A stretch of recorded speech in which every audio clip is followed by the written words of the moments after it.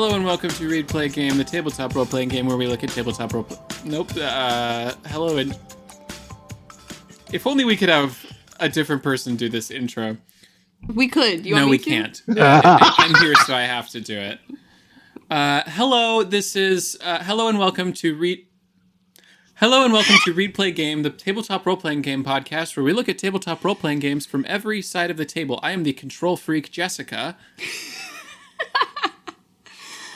I'm Emma. Had a really lovely time in the interview that you're about to listen to.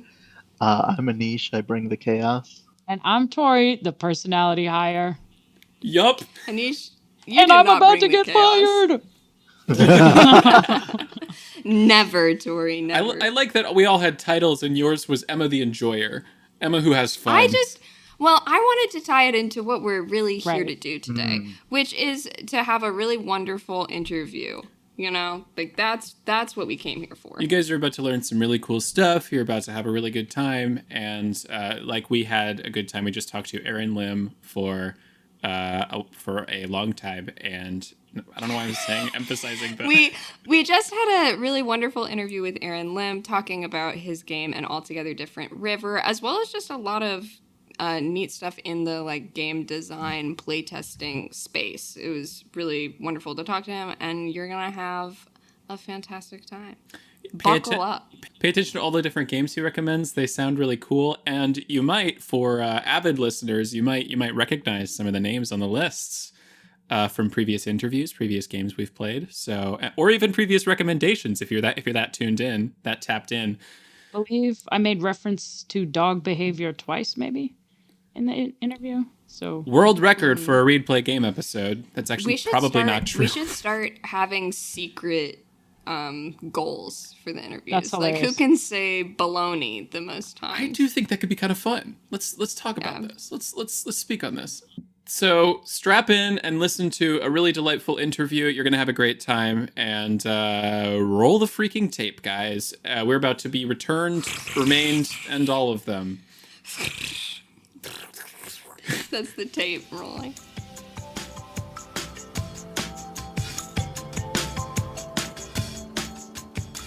Hello and welcome to this episode of Read Play Game, where we look at tabletop role-playing games from every side of the table. Today, we are joined by Aaron Lim, designer of An Altogether Different River. Woo! Aaron, we are so excited to have you. Thank you so much for joining us. Yeah, happy to be here. Thanks for having me. Yeah. As we jump in, do you want to give like a brief intro of what you do, maybe your experience previous to this, like leading up to what got you into it? Yeah, sure. So hi, I'm Aaron Lim. I'm a game maker in Malaysia, and I make tabletop games, mainly story games so far, but I also make other like tabletop RPGs. So as I mentioned, I made An Altogether Different River, and I just have 2 new games coming out from Ithaca and Cut Second Expedition and What We Have Tomorrow, which is a solo journaling game. I love solo games. Yeah.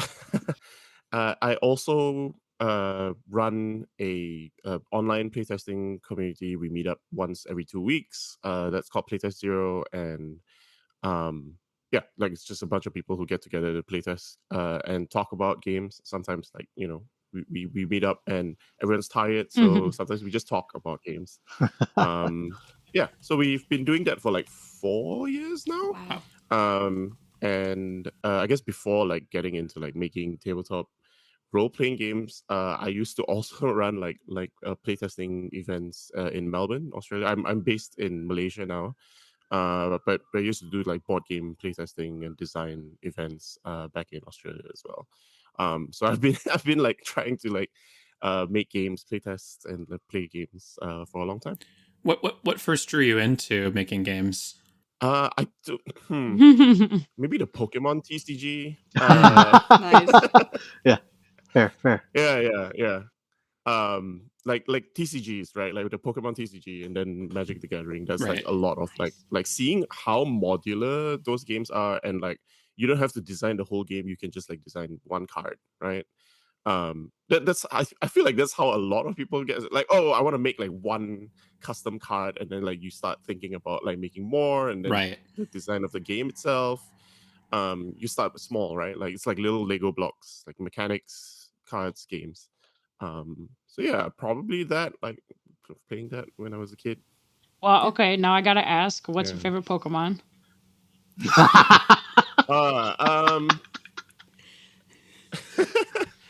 Snorlax probably, because Oh. I just wanna Valid. I wanna sleep all the time. Classic.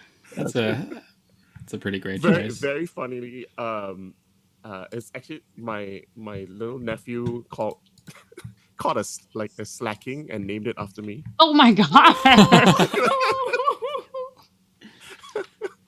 Is that a compliment? Right. Maybe because I'm always napping when I'm over at their place. So Blacking has a That's gorgeous sweet. shiny. this is you. Gorgeous shiny. Oh my goodness. I also, listeners, if you have the online PDF of An Altogether Different River, I love that you can click on your name. Me, somebody who's very like, I don't know, not super technical. So when I saw, oh my gosh, I can click on your name and get this like PDF of extra info, thought that was very smart. And I particularly love the part of your bio. He is often insufferable about committing to comedic bits with poor payoffs, which I just related to so hard and love that you had described that. I feel like we do that in this podcast too. Yeah, we deeply resonated with that. And so many previous creators that we've interviewed have recommended your games. An Altogether Different River. First by Caro Sershin. We played Exquisite Biome, and I believe Mark Hobbs when we played Epitaph also through a shadow. Wow. Yes. Yeah. Yeah. And I think, it has come up many, many, many times. I praise. It's been on the list for a while. Thank you. And I Thanks love to Caro and Mark. so true. I think Tyler also Yeah, probably. mentioned it. I'm like, Tyler's talked about it for sure. But I really enjoyed that you included that kind of background information of when you conceived of the game and the experiences that, drew you to make An Altogether Different River. Do you think you could talk a little bit about that, like not coming into game design in general, but coming to this game specifically for folks who don't have the playbook yet? Yeah, sure. So An Altogether Different River is it's a kind of like a world building game, but like it's a very character focused game that is about creating a town and then seeing how it changes over time through the lens of people who left and returned and people who stayed throughout. And I'm like kind of like re-explaining the themes of the game because that's kind of like important to how it came about, right? So I mentioned earlier that I lived in Melbourne before this. So I had moved there when I was a teenager for like university. So I studied there and then I stayed on to work for like another almost 10 years. So I had lived there for a long time, and then I got married, and my wife is here in Malaysia. So we decided to move home. And so in the lead up to that, I wanted to do something to like a going away gift, right? And like my time in Melbourne was like a huge influence on like me playing tabletop RPGs. Like I first started playing tabletop RPGs in Melbourne, and I was like very embedded like with like the games community and like the game design, like the board game design community in Melbourne. That's where a lot of my friends that's how I got to meet a lot of my friends, and also there were like especially like stuff like the indie tabletop RPG, tabletop and like video game community in Melbourne, because like there's a lot of like overlap, right? Like a bunch of like a bunch of like video game designers come to like the board game meetups, right? Like you will go to a board game meetup and you would be playing like games with people who make video games, and so there's a lot of like influence on like thinking about making games and like thinking about like playing and thinking about games.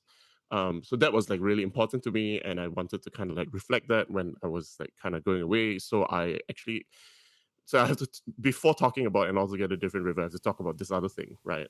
Which I think I mentioned in the book as well, in the game as well. So I made a anthology of like 3 games about home and leaving home, and that was kind of like that was like a little gift that I gave to like friends like before leaving. And I actually wanted to like an Altogether Different River was supposed to be the 4th game in that anthology. One, the anthology was already 52 pages long, so like I guess there's too many pages. And then 2, I couldn't finish an Altogether Different. Like I had the skeleton of the game, but like it never progressed past that. So I didn't get to finish it at that time, and then I only after like moving home, which felt really fitting, right? Because that is like exactly the thing that I was going through. I was coming back to Malaysia and seeing all the different things that have changed, and but meeting up with people and like trying to reestablish myself back here, and then COVID happened. Uh, which gave me a lot of time to like work on games. So that kind of was the context for like kind of like designing An Altogether Different River. It's very funny because like it started out as a masks, and there was a little bit of like no, it wasn't there were some of the other games had like masks and and Blades in the Dark Whoa. stuff in it, that were the kind of like the big influences, in that like they were supposed to originally be like parts of bigger games, right? And I was like, okay, Yeah. I'll just like pull that out and like just focus on like the community building mechanics and stuff like that. Yeah. I wish you could have I- seen our faces when you said masks, because we played that game and we looked like when you say to your dog like walk, we were all like, oh, masks. Yeah, Well, Mask is great. Yeah, It was a lot of fun. It's such a fun game. And I don't think Yeah. that like I hadn't drawn those connections yet, but the idea of like the place and the people around you affecting you is so similar to the social ties in Mask and like the influence mechanic, and then that is such an interesting thread to draw. Whoa. Yeah. I'm like, Yeah, I wouldn't have initially thought of that, but like it makes so much sense. Yeah. And yeah, you talked about it being through the lens of those characters, and that was something really interesting about playing this like world building story game. Of the other like more world building type games that we've done, they've either been character creation or more pure world building. So this was the first time that those have fused, and I found it really interesting how the focus of the characters affected the world development. I think it's just like, what were your intentions around having that character focus? And was that from the beginning? Did you know we were gonna build characters, or like how did that come into being? Yeah. So like I mentioned, like this originally, so parts of this were originally from like bigger, more traditional RPG, like GM RPG ideas, right? Like about how to create like the community and that. So it always was gonna be from like a character perspective, but I knew I also wanted to make like a map drawing game, because like I think that's definitely a part of like, because I was thinking very much about how place and like the people around you like affects like how you perceive things and like how you go through things. So that was definitely front of mind, right? Like place and people are not a lot more intertwined, right? So yeah, like why I had always thought of it as like a character thing, and like the lens of like just because like the way like we can move through the same space and have like totally different experiences just because of like our histories with it and because of our perspectives. And so I knew that was one of the things that I wanted to have in there. Yeah. So that's definitely something that has been a lot of there was like a theme in like quite a few of the things that I've been working on. So yeah. I loved hearing you talk about the map making because that was definitely like a fun and unique. I'd never played a game like that before where we collaboratively like made the map, and hearing you talk about this was all kind of coalescing with COVID. How were y'all playtesting that? Because we were trying to figure out how to do it. Emma had a fancy, I don't know, Yeah. what do you call it? I have think we like just a used the drawing whiteboard. tablet, Oh. so Yeah, something like that. Yeah. I was mostly the one doing the actual physical drawing. Yeah. So playtesting that was interesting. It's been an interesting experience. Like I've talked with some friends about this as well, right? Like the experience of like going from mostly online playtesting to like once like a lot of the lockdowns started getting lifted and then playing in person again, and it's like, oh wow, like talking about how place like affects things, right? Like the online space and designing online first like definitely affects like how you think about things. So the most obvious one being, so we play tested this mostly on, I think we did a couple on Roll20, but we really quickly found that Miro was really good for playtesting. So Miro is actually like a Like a business business. yeah. It's like a diagramming and brainstorming software platform. So it's I mean, back then I think Google used to have Jamboard as well. I think we did one in that. But that, with a lot of Google products, that's been deprecated. So as long as you can like draw together online, right? Like Mhm. Roll20, the problem with Roll20 was because like it kind of sucks for drawing. Yeah. Yeah. Terrible. So Miro was a little bit more flexible. So it's like, very fun to like see, using, like everyone was trying to figure out how to play online, right? Like Mhm. for a lot of different things. So we did a lot of that playtesting online, and then one of the funniest, most fun ones that I heard about, and then I stole from someone else's playtest, was they just put emojis on the board instead of drawing stuff. So they would like just find like emojis for like, oh, I want to put a house here, right? Let's just put house emojis in there, like put Mhm. waterfall emojis over the like on the river or something like that, right? Guilty. I was Um, doing that. Yeah. I think we had an alligator at some point. Yeah. yeah. So We had a so hotel and you I had use like added the the 5 emoji stars or whatever. So yeah. So you use you use whatever is like available to you, right? Like there's affordances in like different technologies, and like you kind of like adapt to that. And I was just gonna say, like, the difference between like online and play and physical playtesting, and like how that affected it is like, oh, it was so easy to come up with the idea of like, oh, you just draw 2 maps, right? Like one in the past and one in the present, because online when you're playing, you just Yeah. select all, copy paste. And then in real life, when we played it in real life, it's like, man, I have to draw 2. It still works. It's still fun to like draw 2 maps. But Mhm. it definitely, like, I might not have thought of that if we were doing like mostly physical playtesting, because it was just so easy to do it when you're playing Yeah. online. It's just like Control C, Control V here. It's like, That's so interesting because I feel like a lot of mechanics in games are oftentimes leaning toward more like easier to do or like more intuitive for in-person gameplay. So it's interesting to find one that's the opposite. yeah. Yeah. So it is something that I have been like talking to other people about, like, yeah, especially so the playtest zero, which is the community that we playtest Yeah. online. Like we primarily playtest online, right? And then it's just really, after like 4 years of doing it, it's been quite fun to kind of reflect on like how that has affected how we make and playtest games, and like yeah. I want to ask, because we kind of start out with elements. First one that comes to your mind from your game. Oh, Dream is the one I remember the most, because that was Oh. one of the most memorable playtests that I had. I was recently talking about this, like about how, like, how do you decide, or like how do you feel like a game is that you made is like successful, quote unquote, right?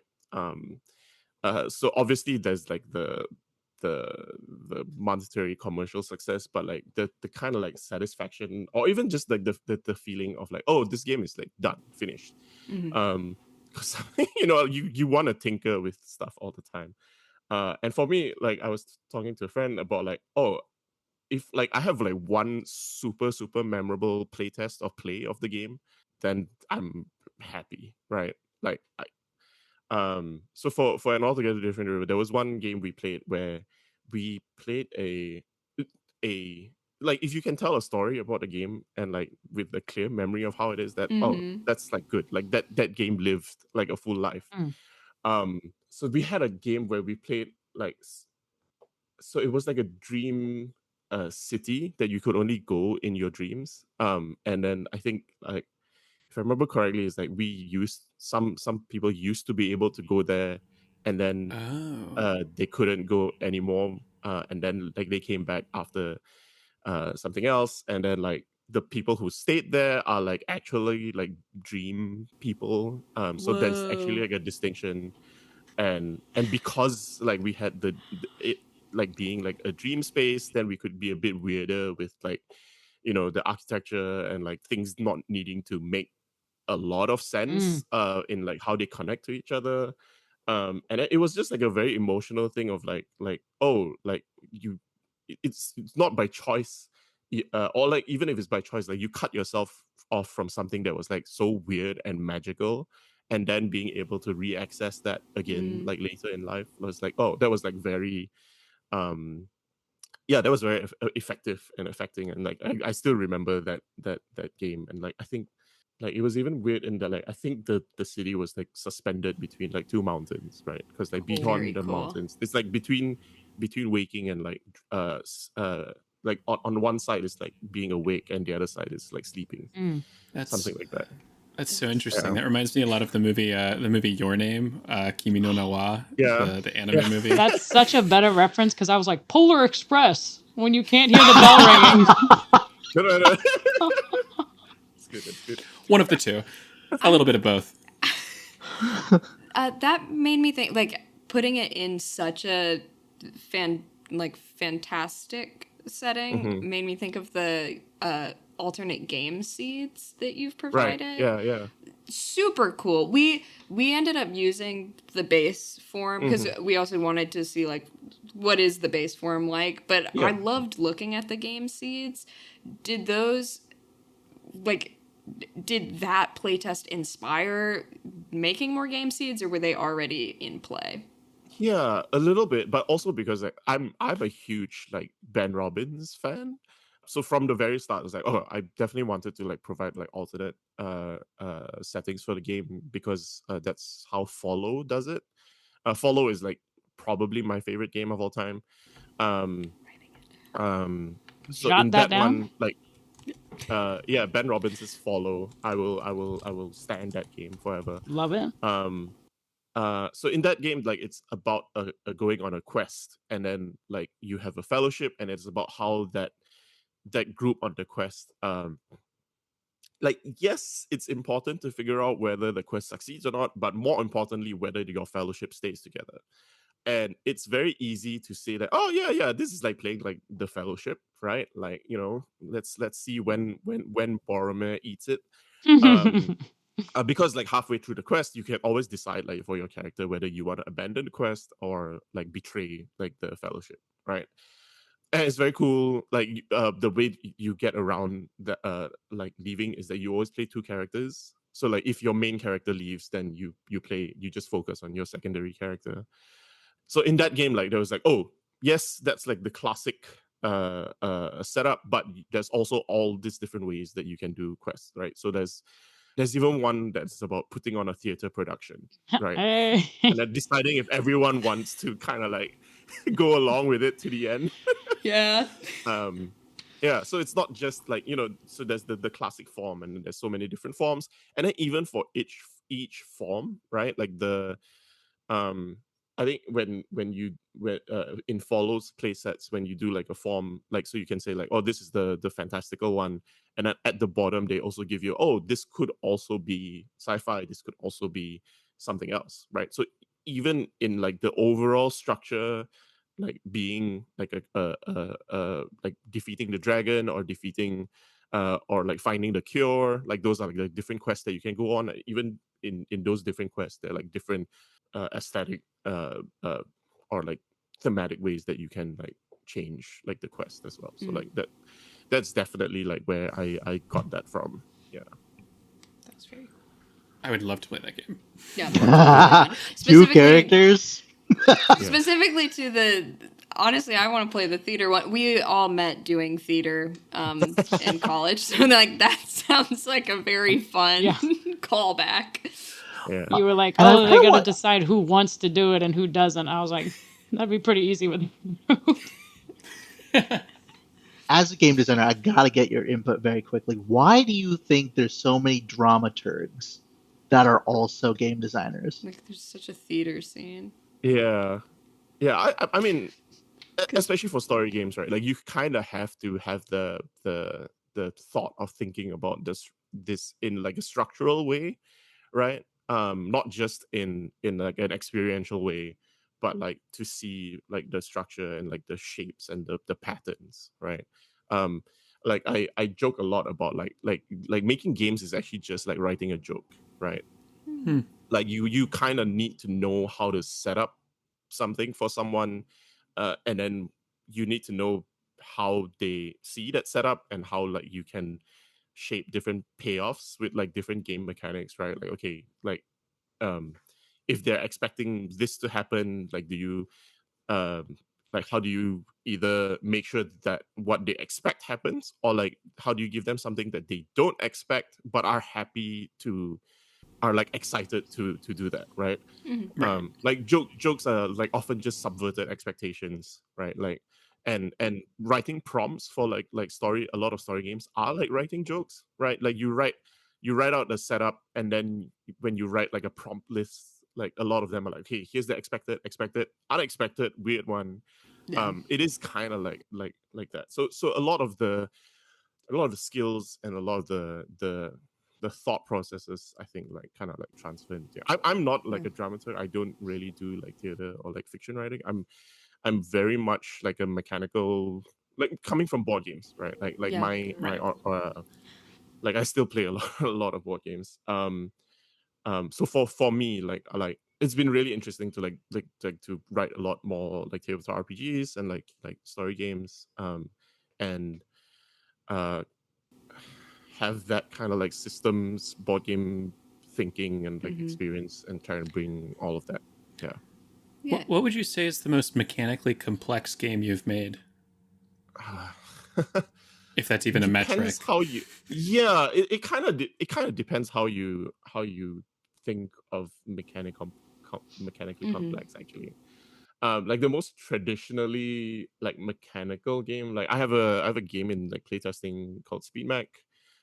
So that one is like a tactical combat game, right? Very And crunchy. like, you know, yeah, crunchy. So there's a lot of like figuring out positioning, and like there's a lot of like I've been trying to simplify it, right? Like, but like previously it's like, look, every action has like 4 lines of text on like how to execute it. And if you want to kind of like optimize like a turn, there's a lot of things that you can think about of like when you like, you know, that is pretty mechanically complex. But then I also think there's another game that I made called Spectres of Brocken, which is like kind of, it's a little bit it is a little bit inspired by like belonging games. It doesn't have the full exact structure. It does have the thing where like you gain a resource and then you spend a resource in a scene to kind of like pace the narrative. But in that one, it becomes more complex because the resource that you're gaining is like words, which are like themes for the actions and the scenes that are happening. And so you have to kind of like keep a lot of things in mind as you're playing. So there's the mechanical interaction, and then each word has like a thematic meaning as well. And then you have to think about like your characters and the situation, like the questions that you're answering in the scene. So like it might not seem like a lot, but that is a game where like I try to be very open. It's like, look, a lot of people might think like story games like, oh, pretty easy GM-less games, but no, there's actually quite a lot of stuff going on. you don't have to, like, it's a different kind of complexity, right? Like to play, to me, because I'm used to it, like, because I made the game, obviously, but like I definitely saw, like, when like playing with other people, it's like, oh wow, like I'm not used to like keeping track of so many different things, Mm. right? Like you're tracking a lot of things, right? Like I think one of the terms that people use there, these are like GM full games. Like everyone kind of has to be a GM, Yeah. Right. right? And I feel like Spectres is very much that, where like you kind of like everyone is like GMing all the time. Like you have like tracking all of this information, um, like narrative and thematic information all the time. I mean, you could also play it without doing that, right? Like you can just Hmm. focus in on your own character and like do that. But like the fun for me is like oh yeah, like there's all of these options and like things to think about and like how to bring them in, when to bring them in, which moves to pull off and stuff like that. Yeah. So I love how much you're getting into like how mechanics affect theme and how they affect the experience of a game. Because we found like on the scale of like crunchy games to a much like gooier brownie, we found an altogether different river to be a pretty gooey brownie in terms of like there's a lot of discussion over the table and just negotiation without like hard mechanics. And for us at least, like that felt like it tied very much into that community focused theme. Was that the intention with leaving things more flexible? yeah, yes and no, in the sense that like, so an altogether different river is very very influenced by like Ben Robbins style like story games, right? And then those are built that often built that way for like a lot of like very simple core mechanics, and then like a lot of emergent play. So not fully intentional in the way that like I wanted to get the same feeling that I got from playing like Ben Robins's game, and that felt right, but not in the sense that like, oh, I didn't arrive at it from first principles, like so to speak, right? Cool. It's like, okay, these other games already do this thing, and then I just can adapt like the most of the form, most of the structure for it. Yeah, but definitely like I also should shout out, like I know you mentioned Mark, but like Mark Hobbs, but like the whole like setup of the game is like heavily inspired or like kind of like lifted from Caroline and Mark's game Downfall. Yeah. Yeah, Was it just Caroline? I can't remember. that's a the great correct name. question. I'm I not think sure. when you cited the influence, I think you wrote Caroline specifically. Yeah. I know they both Yeah, they, make like- games together. yeah. And, like, It was very sweet interviewing Mark and getting like the details on both of the games. yeah. Because I'm looking at a specific mechanic that we didn't end up using too in an altogether different river, which was the like consult the town deck when dealing with conflict. Because we ended up just we never were butting heads enough to need that. How often did that come into play and play? Like, is that a last resort thing, or I can imagine that depending on tone, it could just be a fun thing to include in all conflicts. Yeah.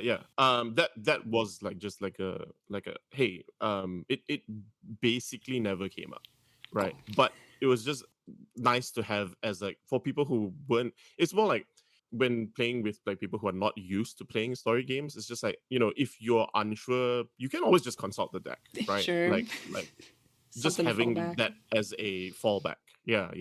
Like it's kind of like, I can't remember who mentioned it, but like there are mechanics that exert their influence just by existing and not being used, right? Just Yeah. the fact that it's there and you know that it's there, like okay, fine. If we ever need to use it, we can, but we don't have to. Yeah, I think Jade Dragon might have been talking about a bit of this, right? The The idea of Yeah. sword. That's Yeah, like we played Wander Home and I was the Mhm. veteran and Mm. the knife. yeah. Oh, speaking of tone, sorry, Yours, Mhm. take it. I just had a thought. I feel like the way the game premise is set up to be, it's the conflict between two factions, people who stayed in the Mhm. place and people who left, and their shared vision of it.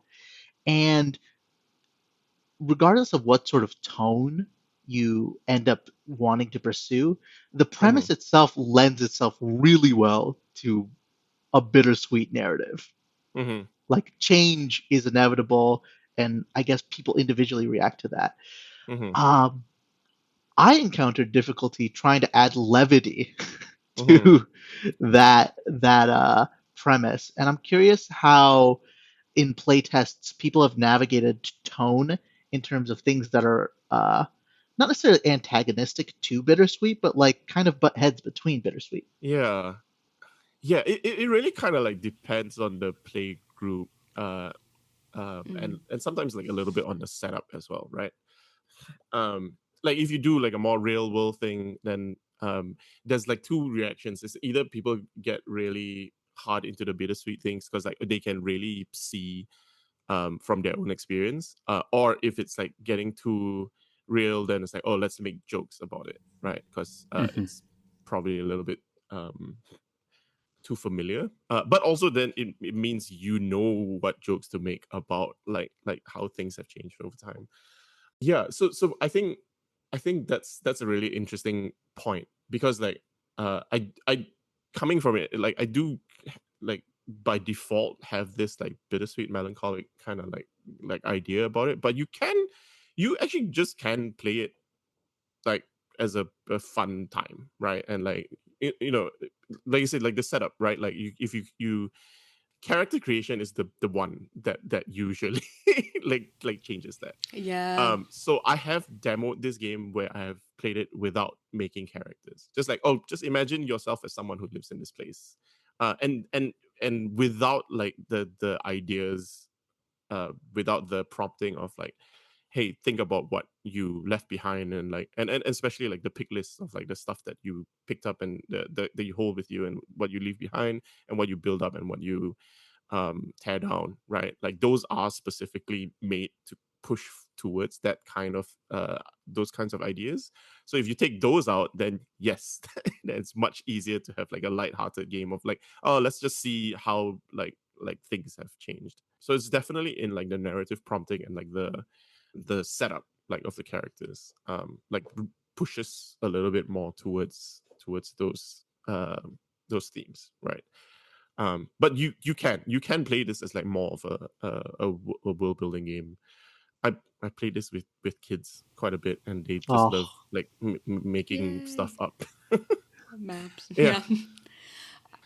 I like that you had a note that it could be played as a mystery too, and I was like, "Ooh, I want to try that again." Like you return to a town and something's Yeah, changed. I mean, you even start off with the home you held in your mind and the home you will encounter will not be the same. You are not the same. You can't step into the same river twice. You can't truly go home again.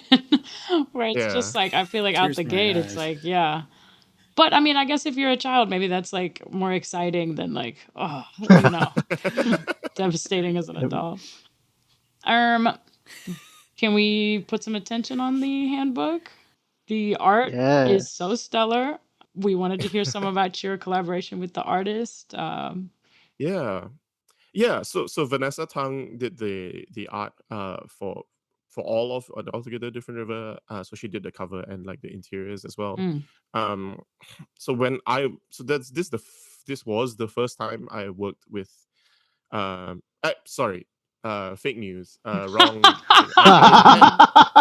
I had worked with Cecile on the cover um for Homebound, like the anthology. But that was like really simple. Well, not simple, but like for that one, Cecile is like a very experienced artist for Homebound.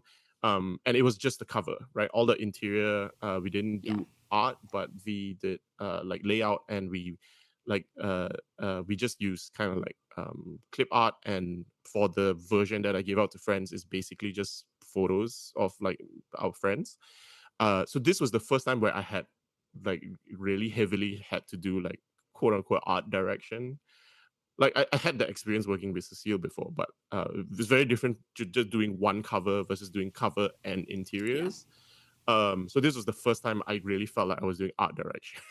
So yeah, that was a lot of fun. It was a lot of a learning experience, and I learned a lot from like how Vanessa works as well. And like I kind of like took a lot of the processes that she had, like about how you keep track of changes, how you keep track of comments, like simple administrative stuff like that. Mhm. Like the way she works is she usually does everything in like Google Slides, just so that it's easy to share, and then like you just chuck a lot of like images and like draft images and all like the different versions and comments in Google Slides, and then each slide is like a different revision, different date, right? Simple stuff like that, like simple versioning things.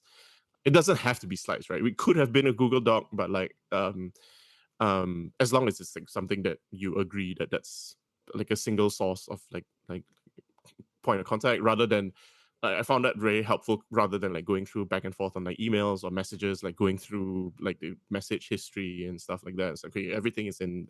So there's like all the administrative stuff. Like I learned a lot from working with Vanessa, but also just like I think like she got like what we were going for, and I kind of like like we worked pretty well together, and yeah, like we had a pretty strong idea of like how we wanted everything to look, and then it came out. It was a pretty painless process, like for a first time trying like art direct something. So I don't really know what to talk about it. Like she's great. She's good at her job. It's great when like you work with someone and it works out completely easily, no stress, And turns nothing. out really Turns out beautifully. Yeah. I think the only thing I might mention is there's one piece in there that like specifically is just from the very first playtest of the game. That was the town that we built, right? Aw. So I just told her, okay, Whoa. like draw that. Oh, That's so I think I fun. actually just like screenshot like our really shitty drawing, send it to her. It's like, yeah, can you like do that? Make this nice. Make this look Yeah. good. It's convenient that drawing something is part of the game, so you Yeah, can have yeah. it on hand. yeah. Yeah.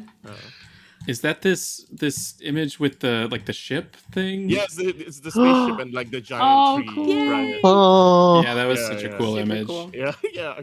That was one of the early playtests where like we made a town that was like nestled in like a gigantic tree that is like on the top of like the tallest mountain, and So that's like cool. a spaceship port actually. That's so cool. Yeah.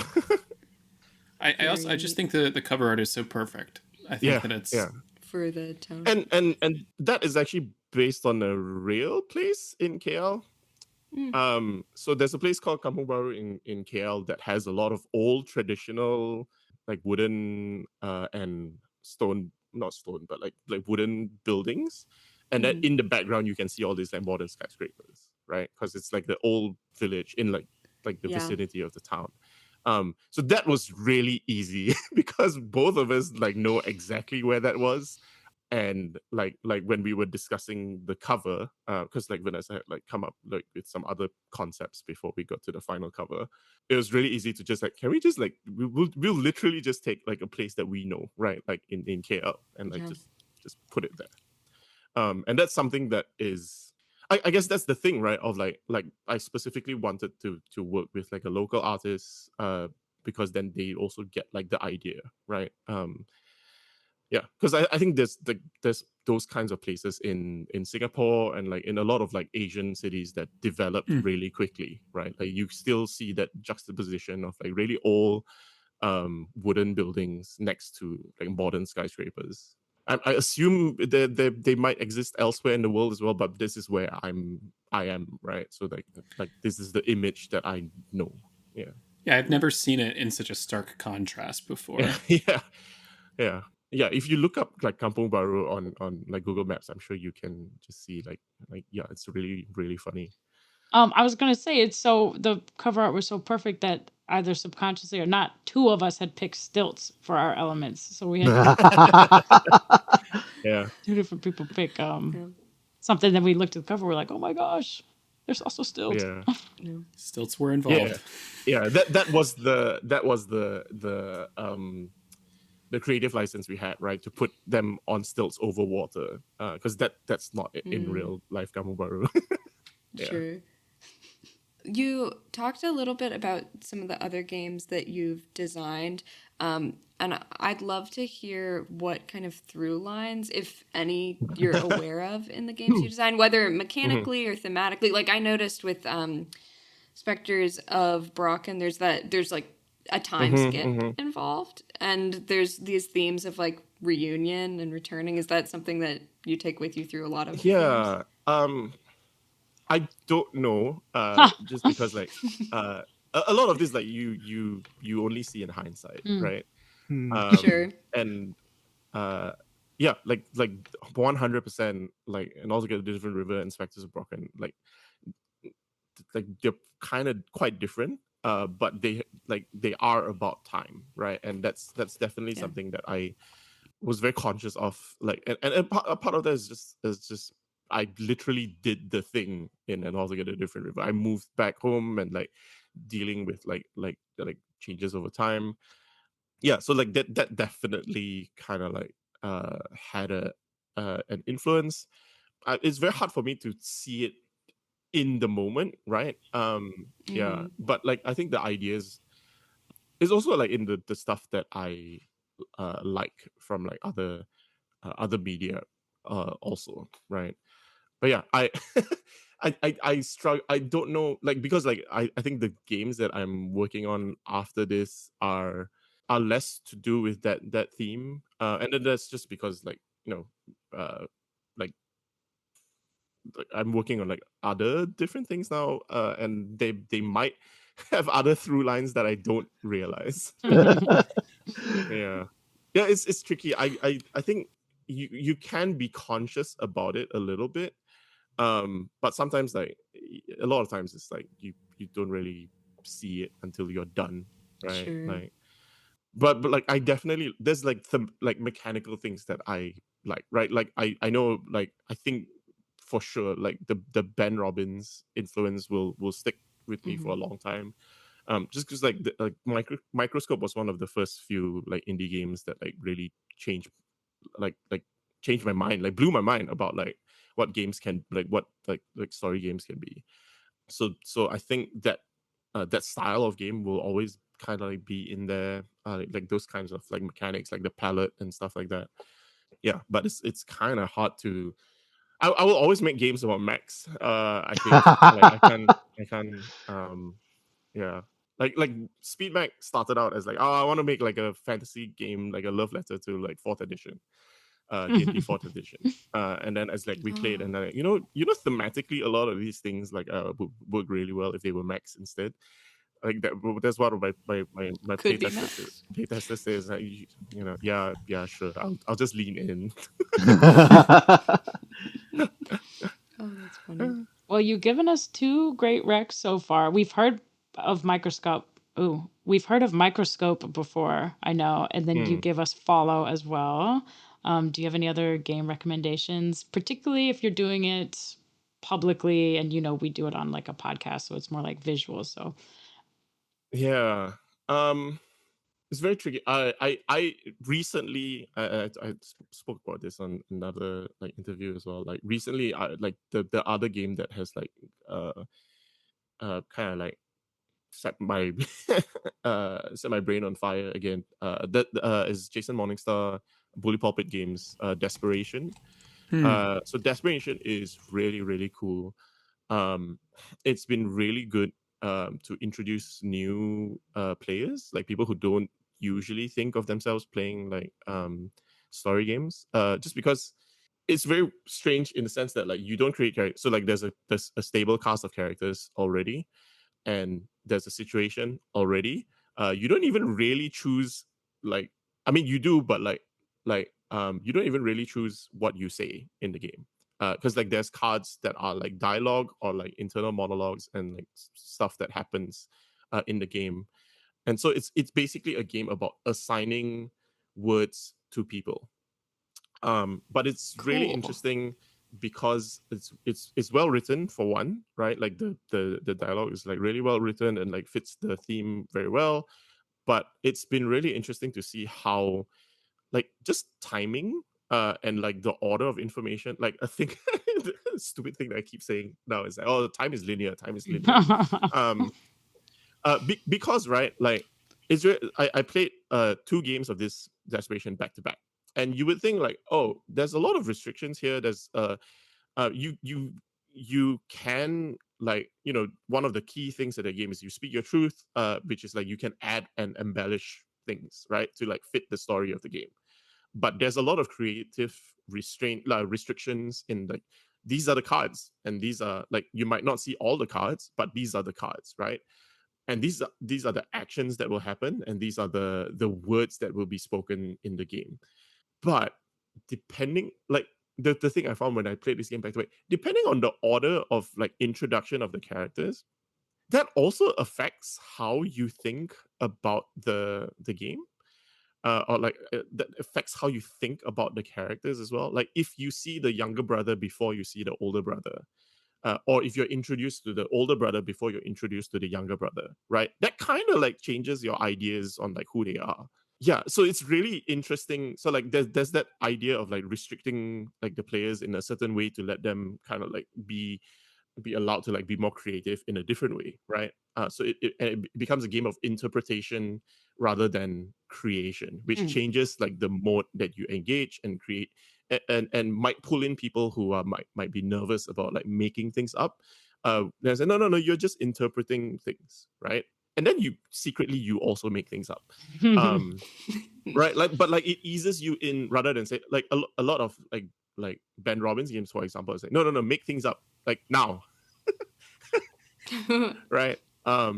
This one kind of puts the pill in the cheese, hides it in there. Yeah. So and I think the new Ben Robbins game in this world also kind of like plays in that area, in that like you always interpret someone else's thing. Like you start with a thing and then like you change one thing about that, right?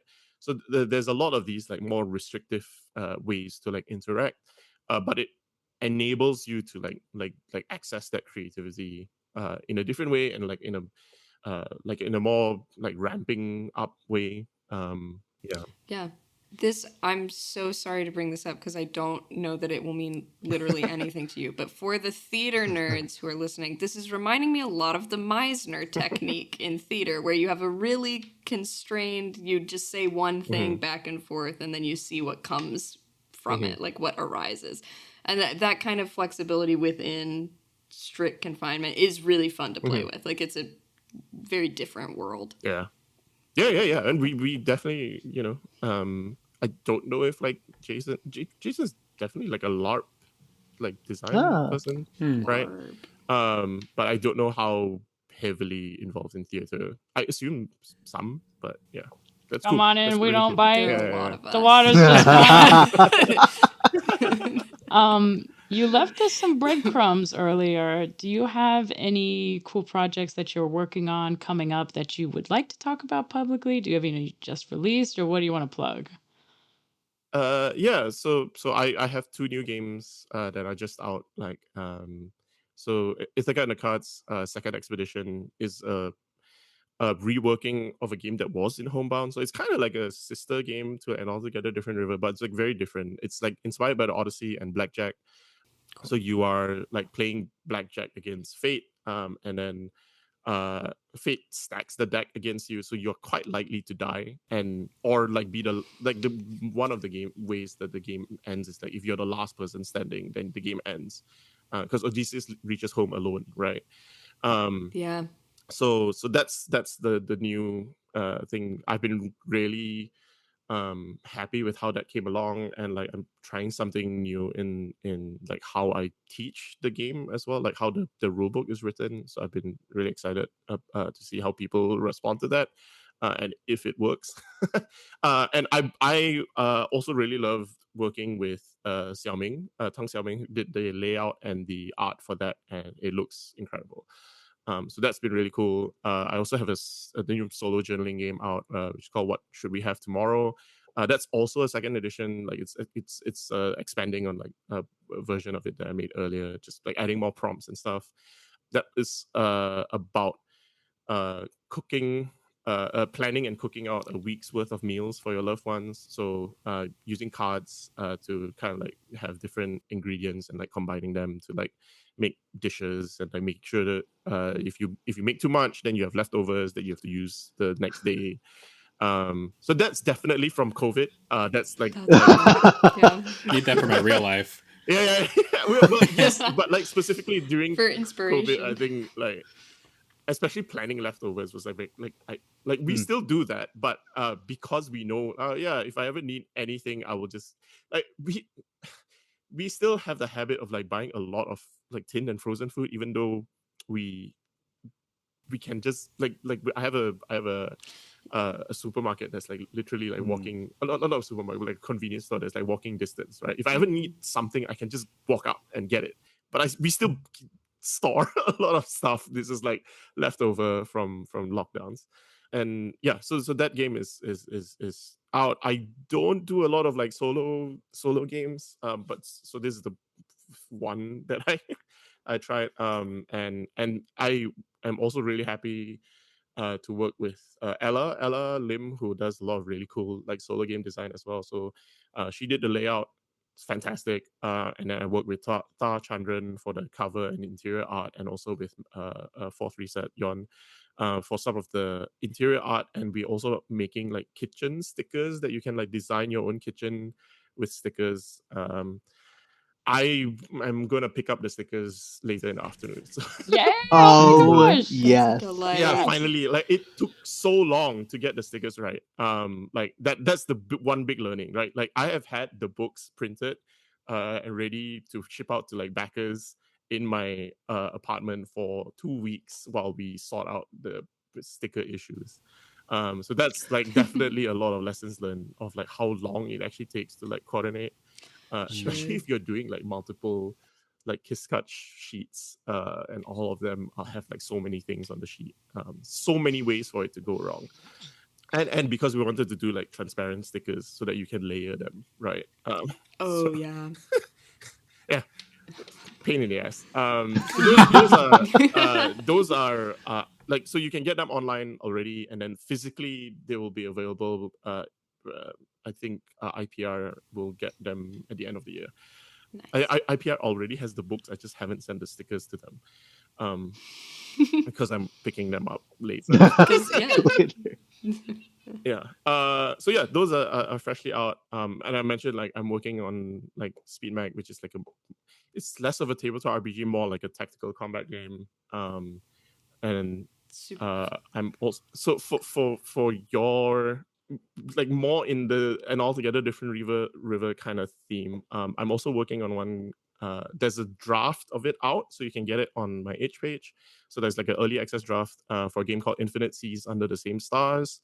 That one is very theater inspired, which is why I bring it up here. Do you know Seven Souls in the Skull Castle? No. Big heard of theater that. fans. Yeah. So there's a theater troupe in Japan. Every 7 years they put on a staging of the same story. That's so Yeah. cool.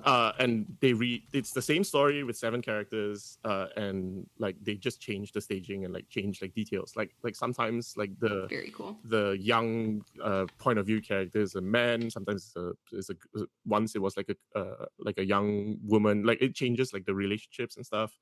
And then they so like, and then 1 year it was like a rock musical. Oh. Yeah, so That's awesome.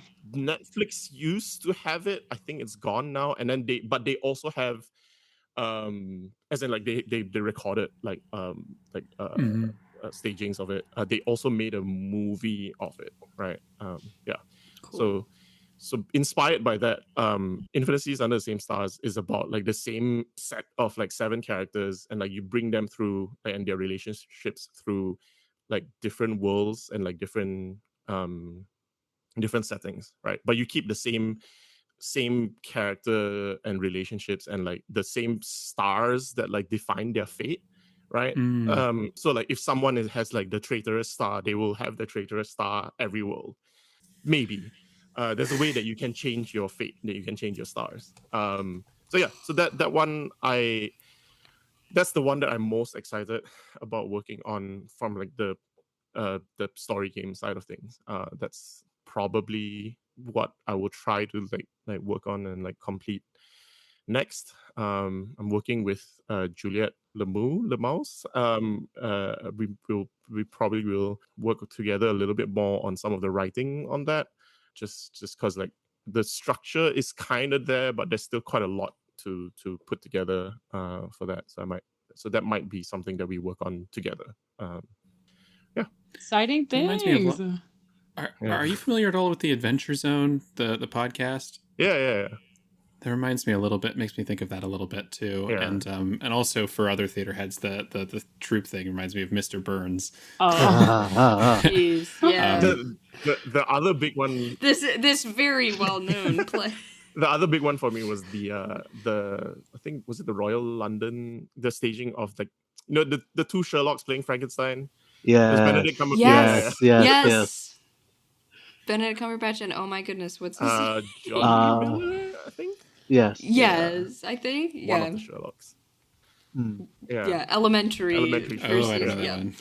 I'm a big mystery person. I've seen all of the everything. But that's theater, right? Like every time you stage, you don't even need to, like Seven Souls and Skull Castle has that gimmick, right?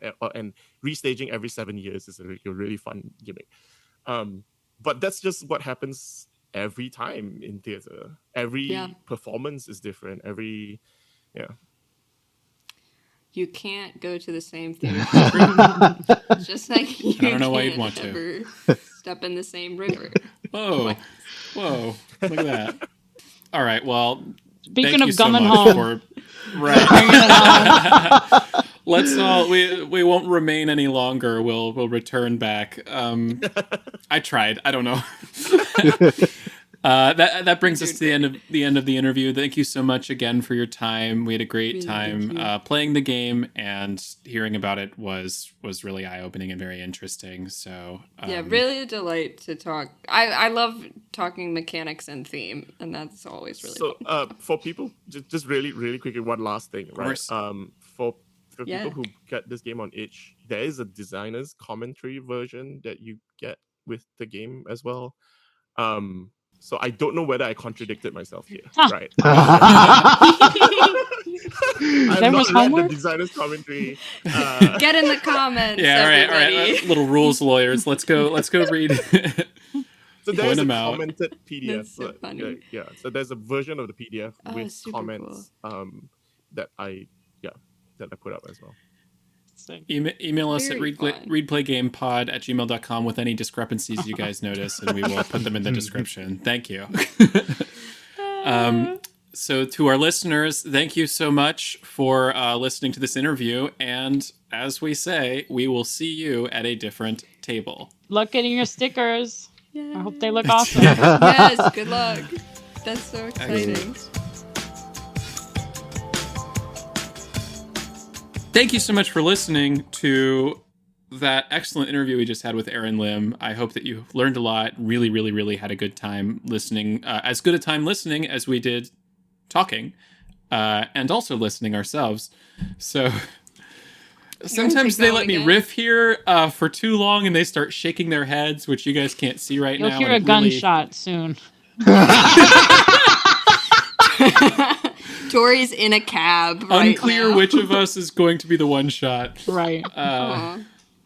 You ever think Anyway. about putting that Wii remote to your head and pressing B? We here have returned to this space now. You've quoted that before. I know. We've Avid listeners will know. That's why it's a callback. Okay, I gotta shut the fuck up so we can go to bed. we've listened to It's midnight. We've returned to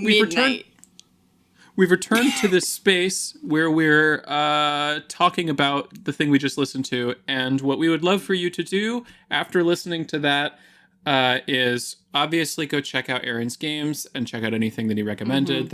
You'll have a delightful time. His itch.io and other info will be in the description. And what I'd also love for you to do is go to our link tree, linktr.ee /readplaygame, where you can find all of our relevant links. You can find all of our social media stuff with our super funny videos and promo clips, our Twitter that sometimes is active, our Blue Sky that's even more rarely active, our Patreon where you can become a donor and get cool episodes and bonus content. Emma's making like a little face at me. I would love to say something. Please. If you found some of the games that Aaron recommended, i.e. Mecha, and Time Jumps and Reuniting, check out on Patreon the 2-player RPG that Anish and I played that was I Love You and I Cannot Forgive You, where we played 2 people in mechs who fought to the death and were once lovers. It was a crazy episode. That's the kind of exclusive stuff you're going to get on our Patreon. Also, I'll cut this out if we don't end up doing this. And you can just try it for a week. So if you just want to listen to that one, you can do that. Yeah, and I'll cut this part out if we don't end up actually doing this. But we're also might have some special Kids on Bikes stuff coming to extra bonus, not gameplay, but like some behind the scenes stuff material that we haven't released publicly coming to Patreon soon. So hop on that train, check out our social media, share, and you can always email us, readplaygamepod@gmail.com, and send us game suggestions. Join our Discord. That's a big fun thing. Join our Discord for some fun discussion and a lot of fan art, a lot of fan theories, a lot of whatever else if you want to talk to other fans. It's a delightful community, and we love everyone who's joined it now. Also, if you are listening on Apple Podcasts, Spotify, wherever you're listening to it, be sure to rate us. Rate us. My personal preference would be 5 stars. Nothing less It than really a 5. helps. It legitimizes us as an entity and makes other people see it. If you don't want to give us 5 stars, just don't feel the need to rate us. Yeah, we're not as interested in that. If you don't, we're struggling artists. We need support. I will know if you rate us less than a 5, and I will take action accordingly. Okay, well, that might excite people. Oh fuck! I'm sorry. Ignore me. He'll take even Talented cooler actions if you locals who are donate at our looking to top take action. tier. If that excited If you you, donate at our top tier on Patreon, you'll get a very special action from Anish, which is a personally Very GM'd special. game. All right, well, okay, yeah. Okay, It's definitely. goodbye, everybody. Bye. Goodbye, We'll see you on good a night. different table. TTYL.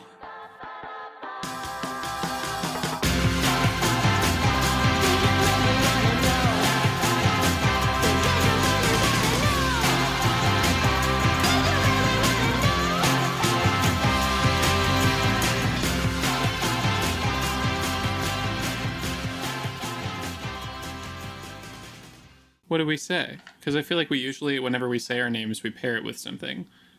I was gonna say I'm Tori, the personality hire, That's All right. funny. and you can say I'm Emma, the question genius. I'm Anish, the liaison to talent. I'm Jess, the one at the Zoom meeting host access.